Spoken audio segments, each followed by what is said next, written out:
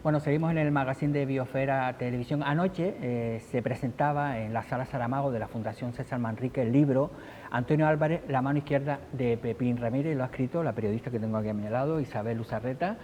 Bienvenida. Muchas gracias.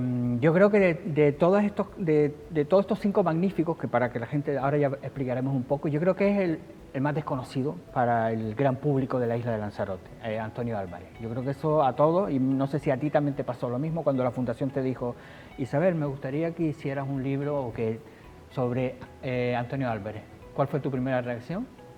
Pues precisamente yo creo que esa fue una de las cosas que más me gustó de esta idea, el hecho de que fuera una persona muy desconocida. Estamos hablando, hablabas de los 5 magníficos, de un equipo pues que yo creo que lideró la mayor transformación que ha tenido la isla en su historia, ¿no?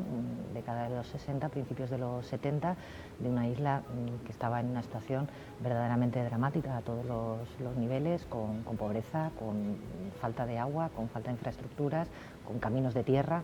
De repente llega con ellos el despegue turístico, ¿no? Que en ese primer momento fue clave para el salto hacia el futuro que dio la isla. Entonces, dentro de ese equipo de 5, que evidentemente pues, yo creo que no puede haber nadie en la isla y probablemente fuera de ella tampoco muchos que no sepan quién fue César Manrique, y del resto del equipo, pues algunos son más conocidos, otros menos. Una pata fundamental fue quien era el presidente del Cabildo, sí, Pepín Ramírez, José Ramírez Cerdá, pero la figura de Antonio también fue muy importante, y es lo que ha costado explicar en el libro, y ha tenido que ser a base de muchos testimonios y mucho trabajo de documentación, pero también simplemente de escuchar los testimonios que dejaron aquellas personas que formaban parte de ese equipo, ¿no? Como el propio César, como el propio Pepín, como Luis Morales también, que hablaba maravillas de Antonio. Él era vicepresidente del Cabildo, es Pepín cuando llega al Cabildo quien decide: tengo que contar con este hombre en la corporación, en mi equipo.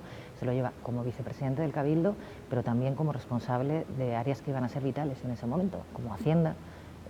Decía en la biografía de Luis Morales, decía, don Antonio era el que llevaba las perras y buscaba las soluciones, pues el que conseguía las perras. Claro, que eso en Lanzarote en esa época no es como ahora, que si el presupuesto del gobierno de Canarias destina un dinero, que si...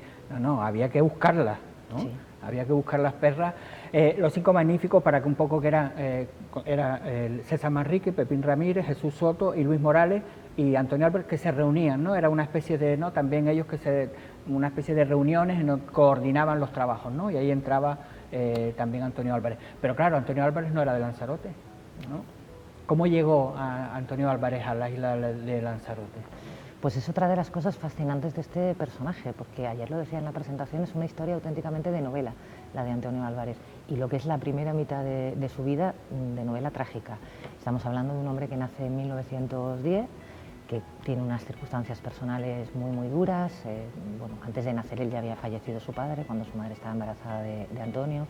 Pierde a sus 3 hermanos, cuando él tiene 16 años fallece el último, tanto el padre como los hermanos por tuberculosis, y después se enfrenta a una guerra civil. Él nació en Santander, cuando su madre se queda viuda se va con los hermanos a Madrid, y bueno, pues después de todas estas tragedias estalla la guerra, él acaba en el frente, detenido además. Pero en el frente equivocado en ese momento, ¿no? Pues en los 2 frentes. ¿Ah, sí? En los 2 frentes. Empezó, él estaba, justo le pilló el inicio de la guerra en Santander. Santander, cuando se produce el levantamiento militar, en ese momento había quedado bajo el control republicano, y aunque es verdad, lo decías al principio, que es un hombre de izquierdas, Antonio Álvarez, no es eso lo que marca su entrada en la guerra. Yeah. Muchas veces era simplemente donde te pilla. Sí, claro, pasó en muchos países, en muchas regiones. Y familias, además. Había familias que un hermano estaba en un lado y el otro en el otro. Entonces fue eso lo que condiciona su entrada en la guerra, en un primer momento en el bando republicano. Acaba detenido durante la guerra, cuando llevaba año y pico ya la guerra civil.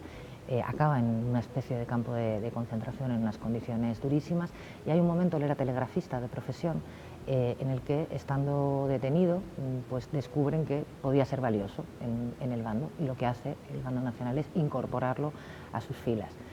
pero cuando acaba la guerra, pues no es que se lo agradezcan precisamente. No se olvidaron. Efectivamente, y además tenía un pasado, pues había estado afiliado a un sindicato, no es que fuera un gran activista político, pero bueno, estaban muy claras sus orientaciones, y lo que hacen es, bueno, muchísimos expedientes de depuración tras la guerra, y en el caso de Antonio Álvarez lo que hacen es deportarlo a Canarias, que era una cosa que también se aborda en el libro, claro, que era tierra de desterrados, sí, Canarias, sí, no, muchas veces se todos recordamos a Unamuno, que lo mandaron a Fuerteventura, que es el caso así más emblemático, pero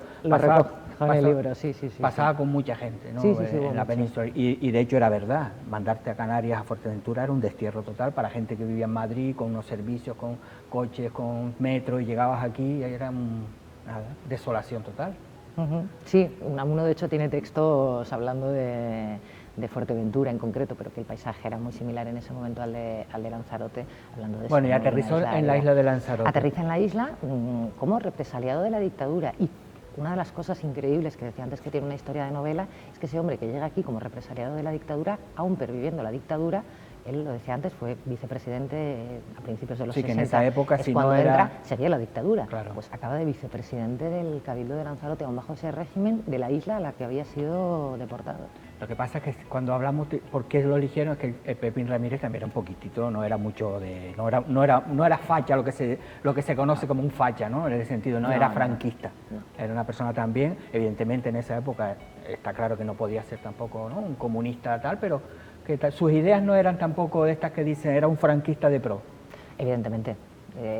Toda la gente que conoció a Pepín destaca de él que una de sus grandes cualidades fue saber elegir a la gente de la que se rodeaba para llevar a cabo ese gran proyecto que prosperó con él.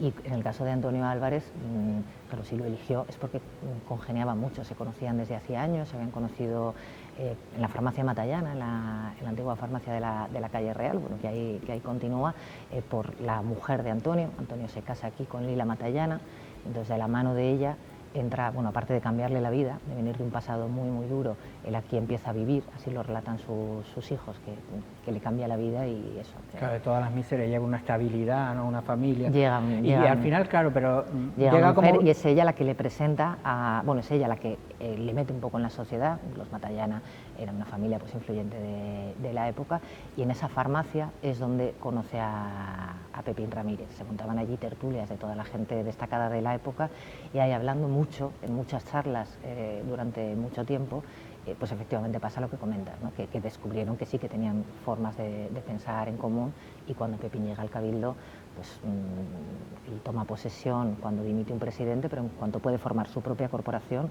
mete a Antonio Álvarez. Que además que casi todo es decir, el Pepín hacía lo mismo con Jesús Soto, con Morales, es decir, que él desde que veía a alguien que...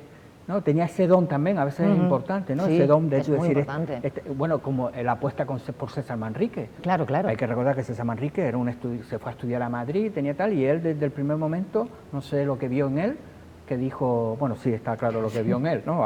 Pero no era tan fácil, ¿eh? No, hay que saber verlo. Claro, apostar en ese momento por decir a esta persona, darle libertad absoluta para que tú transformes. Vale, pero en esas reuniones la gente dirá, bueno, teníamos a César Manrique, ¿no?, a Jesús Morales, que también, Jesús Soto, perdón, que era el que un poquito, pero ¿qué hacía en esas reuniones Antonio Álvarez? Bueno, más que en esas reuniones, claro, estamos hablando de un equipo que necesitaba distintas patas. César era, está claro, ¿no?, el artista, el que iba dando las ideas, el que creó en su cabeza los centros turísticos, por ejemplo, por no hablar de todas las intervenciones que se hacían.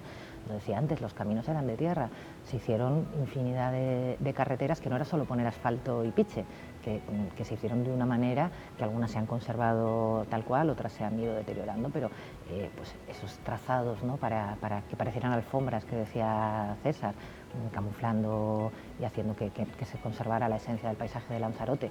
César hacía eso. Pepín era pues el que le dio el respaldo desde el Cabildo para que eso se ejecutara. Luis Morales, pues lo han bautizado como las manos de César, ¿no?, era el que de las ideas las plasmaba. Y Jesús Soto pues también de intervención directa en las obras.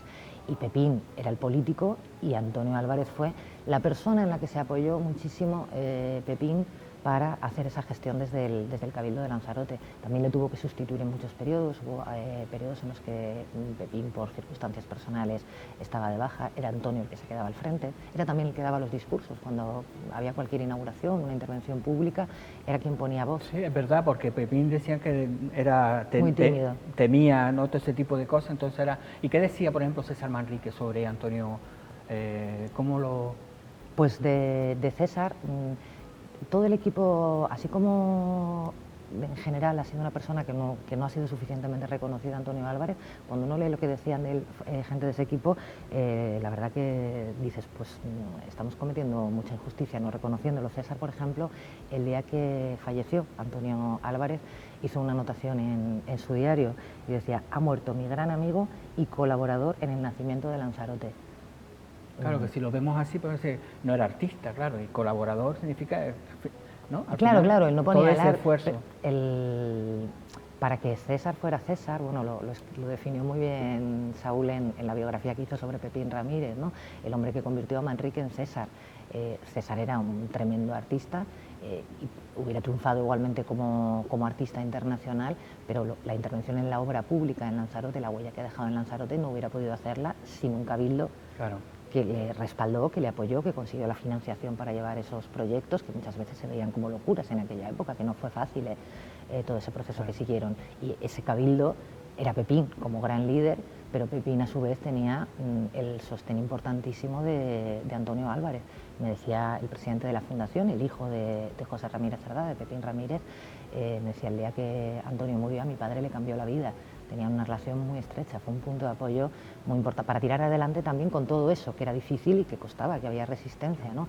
Sí, hablamos del auténtico vicepresidente, ¿no? Que hay vicepresidentes que a lo mejor hacen una labor oscura porque el presidente, pero en este caso sí tuvo responsabilidades, ¿no? En esos momentos hay que recordar que Pepín Ramírez pasó momentos difíciles en su vida, y entonces era él el que estaba al frente del cabildo. Así que él sabía que mientras él no estaba, el cabildo iba a seguir funcionando de forma... ¿Y hasta cuándo estuvo él como en el cabildo de político?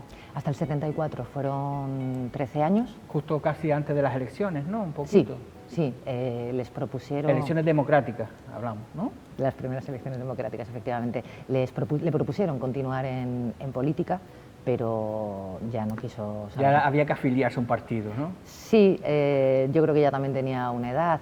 Él además decidió retirarse incluso antes de que llegara ese momento. Se había hablado de él para convertirse en presidente poco antes de que él dejara el cabildo.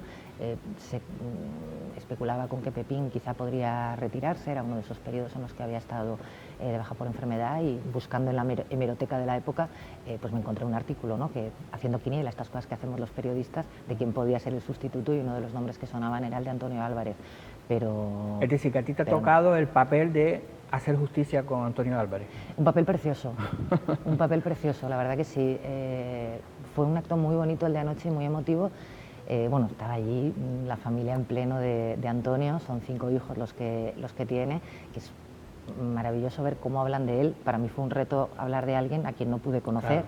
Que no es nada fácil. Cuando falleció yo tenía 10 años, ni siquiera había llegado aún a la isla, pero la verdad que el cariño que transmiten, la admiración que transmiten, la emoción con la que me hablaban de su padre, que hace casi 40 años ya que murió, todos los hijos, ponía la carne de gallina y me hizo acercarme mucho al personaje. Sí. Es la colección Islas de Memoria, que yo creo que es fundamental precisamente eso, la memoria, ¿no? De ahora que tenemos lo que tenemos, ¿no?, que parecemos que siempre hemos sido ricos, ¿no?, que siempre las islas han sido bollantes, conocer esas primeras personas que hicieron posible que Lanzarote sea lo que sea, evidentemente gracias al esfuerzo, que tampoco era un esfuerzo remunerado. Cuando hablamos, ¿no?, que hoy día un vicepresidente gana no sé cuánto dinero, no, claro. No, es decir, que no hablamos de una época que es que ahí... No, es y Pepín controlaba ahí el dinerito, ¿eh? Muy importante subrayar eso, efectivamente, porque estamos hablando de gente que hizo muchísimo, hablo de los 2 cargos públicos en este caso, ¿no?, Pepín y Antonio Álvarez, que le dedicaron todo su tiempo bueno, todo no, porque tenían que trabajar,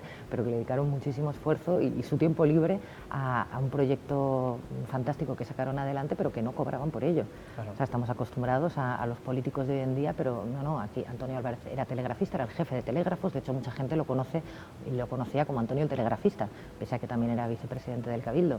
Su trabajo era ese, incluso tenía un segundo trabajo en la farmacia Matallana llevando la administración, y cuando terminaba era cuando y creo que algo de radio costera, que en ese momento también era fundamental, ¿no?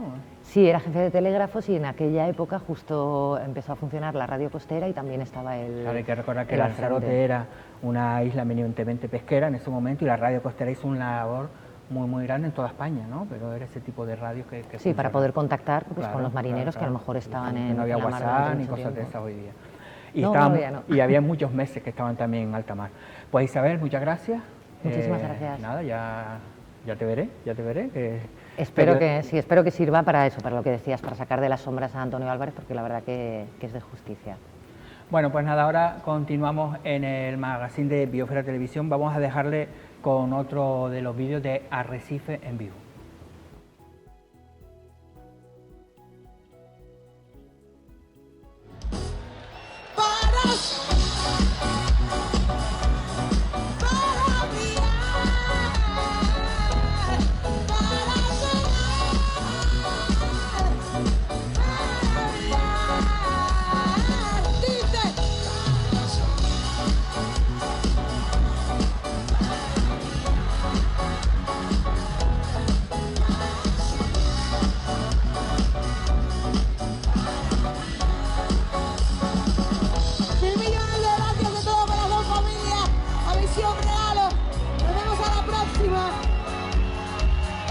Pero de aquí no nos vamos hasta que tiemble toda la isla, porque estáis cantando para soñar y para brillar. Escuchen todas las demás islas de aquí, ¿sí o no, familia? Y esto dice así. Para mí, más fuerte, para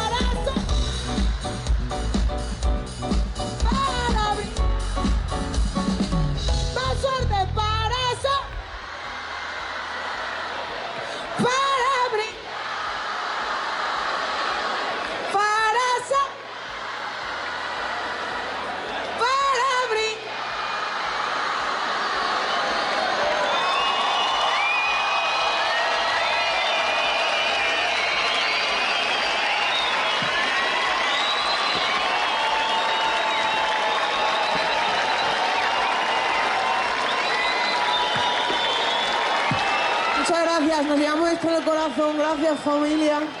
Nos vemos a la próxima.